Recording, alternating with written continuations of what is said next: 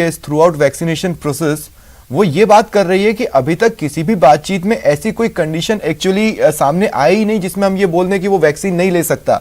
हर condition में हमने ये कहा है कि उसके लिए तरीका डिफरेंट होगा, लेकिन वैक्सीन तो हो सकती है, वैक्सीनेशन तो हो सकता है।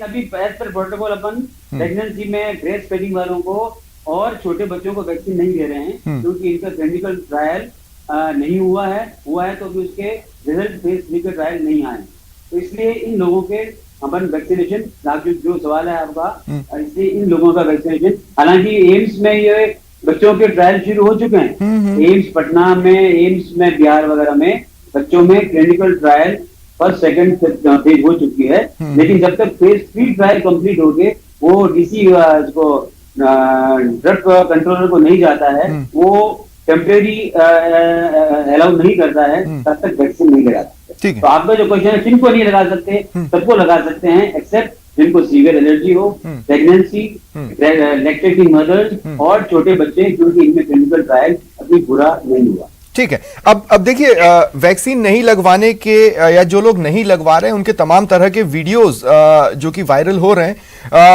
कई सारी बचकानी बातें उसमें सामने आई। जैसे कुछ ने कहा कि वैक्सीन लगवाने से हम मर जाएंगे, कुछ ने कहा वैक्सीन लगवाने से हम बच्चे नहीं पैदा कर पाएंगे, पुरुष नामर्द हो जाएंगे, या जो महिलाएं हैं उनका ये कहना है कि इसके बाद हम बच्चे पैदा करने की स्थिति में नहीं होंगे। अब ये इतनी बचकानी बातें जब मार्केट में फैली हुई हैं तो एक बचकाना सवाल मैं भी पूछ सकता हूं।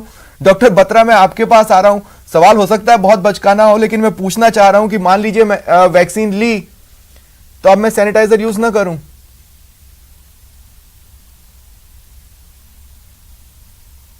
देखिए, ये तो आपको मानना होगा कि वैक्सीनेशन से, आप खुद कह रहे हैं ये सारी बचकानी जो हरकतें हैं, ये सिर्फ आजकल सबको एक सोशल मीडिया के माध्यम से मीडियम मिल जाता है अपनी बात रखने का लोगों से, और हम ये जानते हैं कि इसके अंदर कितनी फेक न्यूज आती है और फेक न्यूज इतनी बम्बार्ड की जाती है कि लोगों के मन के अंदर भ्रम पैदा कर दिया जाता है कि ऐसी चीजें भी हो सकती हैं।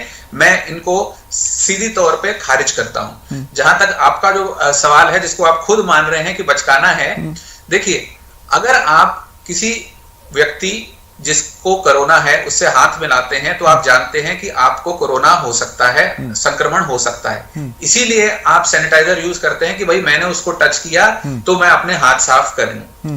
आपने वैक्सीन लगवा ली, मैं मान लेता हूं वैक्सीन 100% इफेक्टिव है, जो कि नहीं है, बढ़िया से बढ़िया वैक्सीन 92 to 93% इफेक्टिव है।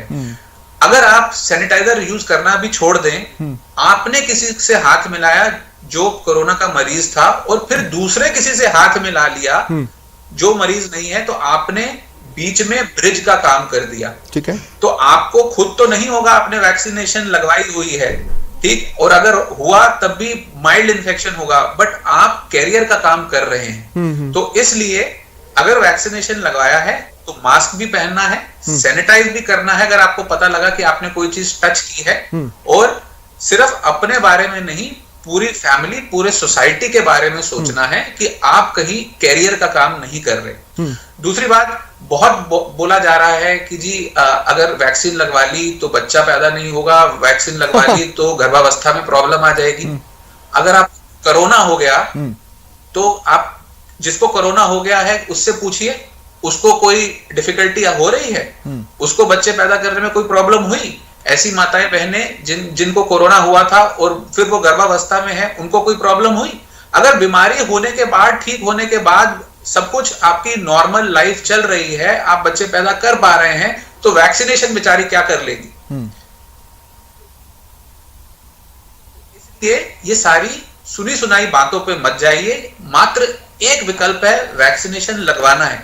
दूसरा, आपने ये पूछा कि हर चीज के लिए प्रोटोकॉल चेंज क्यों हो जाता है। देखिए, आप ये सोचिए, अगर गर्भावस्था के अंदर, प्रेगनेंसी के अंदर आपका डॉक्टर कोई भी बीमारी हो, माथुर साहब हमारे यहाँ बैठे हैं, तो तब भी वो कई दवाइयों को रोकते हैं कि भाई कई बच्चे को कोई प्रॉब्लम ना हो जाए, क्योंकि उनके ऊपर डेटा कम है। ठीक है, बहुत सोच समझ के, विचार करके, गायनेक से पूछकर दवाई दी जाती है ब्रेस्ट फीडिंग में या प्रेगनेंसी में कि कहीं बच्चे को कोई प्रॉब्लम ना हो जाए। उसी तरह क्योंकि हमारे पास वैक्सीनेशन का इतना अभी डेटा नहीं है कि वो प्रेगनेंसी में या ब्रेस्ट फीडिंग मदर्स के अंदर दी जा सकती है, नहीं, इसीलिए रोका गया है। तो इसलिए इसका कोई हवा बनाने की जरूरत नहीं है कि जी ठीक है। मेरा अंतिम सवाल, बस मैं अंतिम सवाल यहाँ पर लेना चाहता हूँ डॉक्टर माथुर। उस सवाल के लिए मैं आपके पास आ रहा हूँ। डॉक्टर माथुर, मेरा सवाल बेहद सिंपल है। वैक्सीन ली, उसका बूस्टर डोज लिया, क्या मैं उसके बाद दूसरी वैक्सीन ट्राई कर सकता हूं? कर सकता हूं तो कितने गैप के बाद, और अगर नहीं तो कितने पीरियड के बाद मुझे फिर से वैक्सीन प्रोसेस से गुजरना पड़ेगा, या फिर एक बार ले लिया परमानेंट है? कई तरह की वैक्सीन आती है, जैसा आपको पता है कोविशील्ड आती है, कोवैक्सीन आती है, अमेरिका में अलग वो फाइजर की लगाते हैं जी।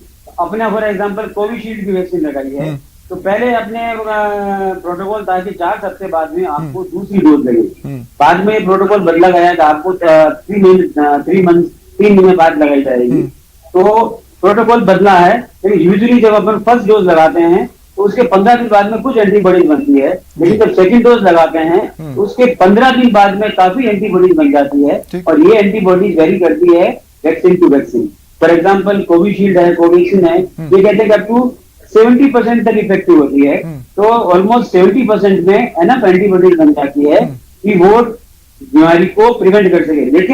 लेकिन ये सबको पता रहना चाहिए कि एक बार अगर वैक्सीन लग जाए इसका मतलब ये नहीं है कि आपको कोरोना नहीं होगा, लेकिन वैक्सीन आपको गारंटी देता है कि अगर आपने वैक्सीन किया हुआ है, आपको अगर कोरोना की बीमारी होती भी है तो आपको सीवियर नहीं होगी। एक छोटा सा संदेश यहाँ पे अपने दर्शकों को कि सिर्फ उनको अपने झिझक के द्वार को खोलना है।